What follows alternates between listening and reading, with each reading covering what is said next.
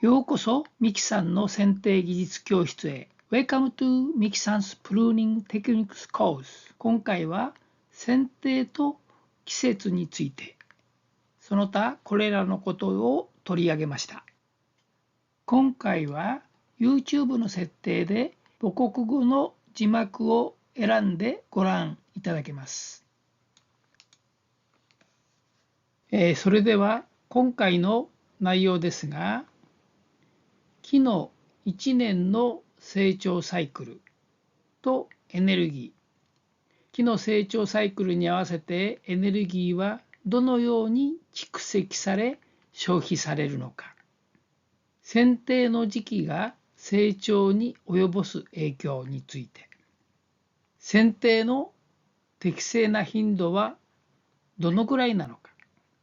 次に用語で仕立て、静止、静止、摘心がありますが、これはどのような意味なのか。またお客様について考えてみます。はじめに四季のある日本での成長サイクルの説明です。冬があって春、夏、秋、また冬と季節が巡ります。冬は休眠しています。春になると芽吹いたり開花したり、また新緑がとてもきれいな季節になります。夏になると葉が濃緑になり、盛んに光合成をします。そして秋が来ます。木によりますが、紅葉して落葉する木もあります。そして休眠してまた春になります。これが日本の季節の循環です。この図で四季のある日本での木のエネルギーの生産、蓄積、消費を簡単に説明します。木は冬が来る前に体にエネルギーを蓄え、越冬や次の春に備えます。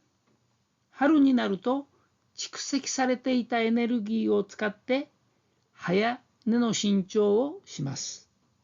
夏にはエネルギーが底をつきますが、光合成は活発で、秋までに越冬と次の春に向けてのエネルギーが蓄えられます。この図からわかることは、夏はエネルギーの蓄積が少ないということがわかると思います。つまり、夏は強剪定を避けるべきということがわかります。剪定の時期が木の成長に及ぼす影響についてお話しします。剪定と季節。それぞれの季節に剪定した場合のメリットとデメリットについてまとめてみました。まず冬ですが、落葉樹は枝が見えて剪定しやすくなります。春ですが、春には摘心をすることができて、摘心の効果が期待できます。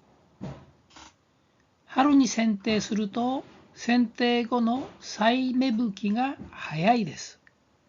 しかし、春に剪定することによって、せっかくの新緑を失うことになります。冬の時期、繁茂した鬱陶しさを解消できます。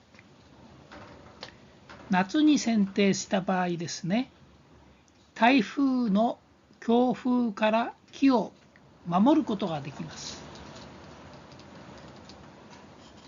夏のデメリットとしては、日陰がなくなる、樹皮が日焼けする恐れがある、花芽を切り取る恐れがある、光合成をしてエネルギーを蓄える時期なのに葉を減らすと蓄えられない。秋に剪定した場合、剪定後の姿が5ヶ月から8ヶ月も長続きします。少し早い9月か10月に剪定すると、再萌芽で葉の色がですね、新芽と古い芽の葉の色が混じることがあります。それと、腐球菌に感染する恐れですが、冬は低い。暖かくなってくると高くなって、また冬になると低いということが言えます。必要に応じ、一時停止してご覧ください。適期や剪定強度。この上の方の表なんですが、これは昔から日本で言われてきている時期です。落葉樹は葉の落ちた秋から冬にかけてが良い。一方、常緑樹は新芽がこの辺で出てきて、この辺りで、その芽が固まってきます。その頃が良いとされています。このことにですね、加えて、上記に加えて考慮すべきこととしてですね、軽度の剪定の場合、軽い剪定の場合はですね、関東地方で言いますと、一年中いつやっていただいてもいいと思います。一方、強い剪定、葉をですね、たくさん切り取る強い剪定の場合はですね、玄関期は避ける。しかし、最近は暖冬なもんですから、この玄関期もなくなってきたようですね。それと、この夏の暑い時、木の肌が日焼けしますので、この辺りは強い剪定は避けるべきです。新梢はいつ頃伸びるのか。無剪定、剪定しなかった場合と、剪定した時の2つを比べてみましょう。まず無剪定、剪定しないとですね、多くの木は4月から5月にかけて新梢を伸ばします。このあたりですね。剪定したときはどうなるか。4月から9月に剪定した場合は再萌芽します。剪定が10月を過ぎると冬が近いので再萌芽しません。ここでですね、春だったらすぐ再萌芽するので矢印が太くなってます。だんだん再萌芽しにくくなってくるということをイメージしました。10月からはですね、もう再萌芽しません。これらのことは機種によって異なりますし、この時期は関東地方の場合です。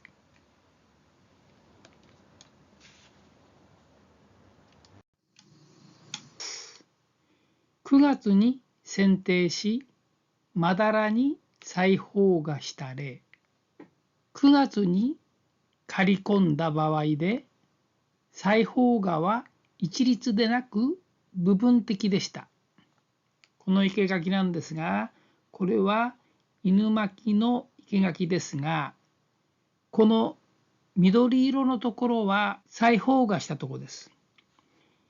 一律に全体に再萌芽してなくて、再萌芽したところとしてないところがまだらになっています。これを8月以前か10月になってから剪定すればまだらになりません。摘心とは新梢の先をつまむこと。これが春に新しい新梢が出た、その先をですね、つまむことを摘心と言います。摘心の目的の一つ目は花芽を増やすこと。目的の二つ目は枝の伸びを抑えて木を大きくしないという二つがあります。丸1、花芽を増やすのその1ですね。梅の例で説明します。梅が春に新梢を伸ばします。その先をつまむ、摘心するとですね、翌年この枝に花が咲くんですが、例えば3つ4つしか咲かなかったものがもっと咲く、花が増えるという効果があります。花芽が増える理由は、栄養分が枝の伸長ではなく花芽の生産に向かうためです。花芽を増やすの2つ目、今度は藤の場合です。藤は花が終わってからつるを伸ばします。2メーターも3メーターも伸ばします。これをしばらく待って6月頃にですね、このつるを切ります。ここで切ります。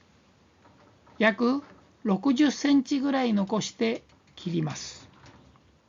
そうすると先を切ることで未熟な芽が花芽になります。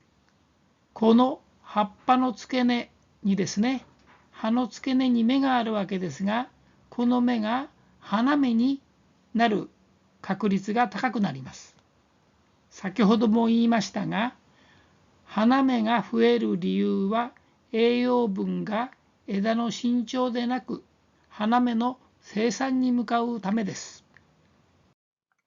摘心の目的の2つ目ですが、枝の伸びを抑え木を大きくしない。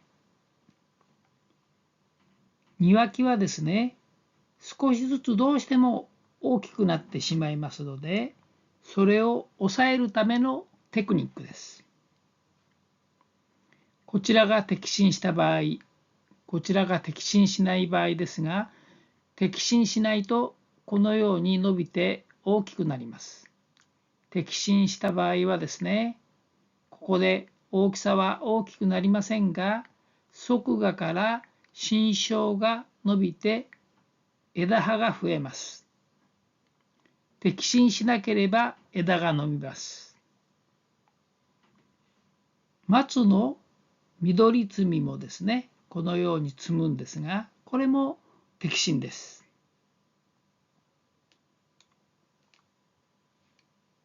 なぜ大きくならないのか。それは葉と根はバランスを取り合っているからです。新しい葉と新しい根が毎年バランスよく作られます。新しい葉がこれだけできれば、新しい根もそれに応じて作られます。新梢が伸びないと新しい根も伸びません。摘心してこれが伸びないと根も伸びません。新梢が出たらすぐに摘心を行うと効果が期待できます。摘心できる木、しない木。しない木ですが、枝先だけに花が咲き、実がなる木です。例えば、椿、サザンカ。これはですね、枝先にだけ花がつきますので、枝先を切ったら花が咲かないということです。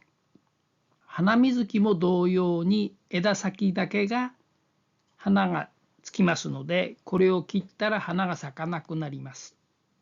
このような木でもですね、枝が混んできたら、混んだ枝は間引いてください。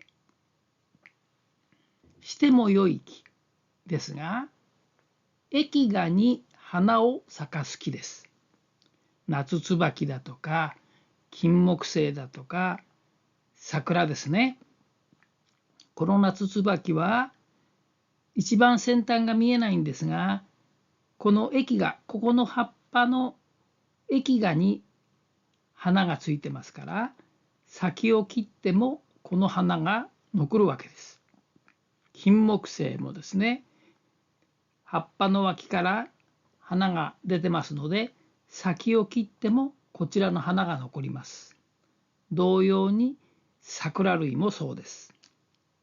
それと花や実を楽しまない木、カエデだとか白樺なども切っていいです。ここで変わった色の若葉をご紹介しましょう。若葉は一般的に新緑色ですね。この要餅はですね、若葉、新梢は赤色です。赤い方が若葉で、緑が去年の葉です。こちらのウバメガシですが、若葉はウバメ色をしています。ウバというのは日本語でおばあさんのことです。おばあさんの瞳の色をしているので、日本語でウバメガシと呼ばれています。剪定は2年に1回でいいでしょうか？それとも毎年やった方がいいでしょうか？どの程度の頻度で剪定すべきでしょう？庭木は大きくなりやすいので、大きくしないために1年か2年に1回は剪定してほしいです。毎年できたら一番いいです。大きい木のある庭は年1回は植木屋さんを依頼すると良いです。この頃が一番いいですが、植木屋さんが来てくれる時で結構です。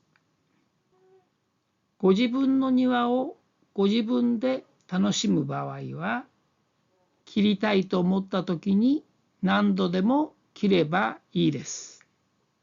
例えば花木は咲き終わってから、伸びたら切る、気になったら切るで結構です。日陰の木は無剪定、隔年剪定でも良い。この写真のようにですね、杉林の中のカエデは日が当たらないので、成長が遅く定期的な剪定は不要です。成長が遅い木は無理して切る必要はありません。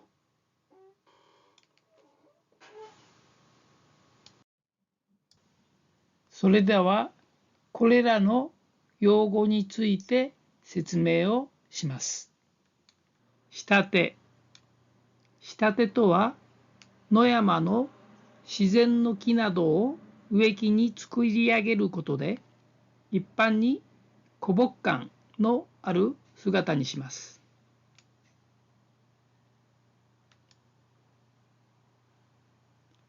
山の木を掘り上げてきて、幹や枝を曲げて骨格を作ります。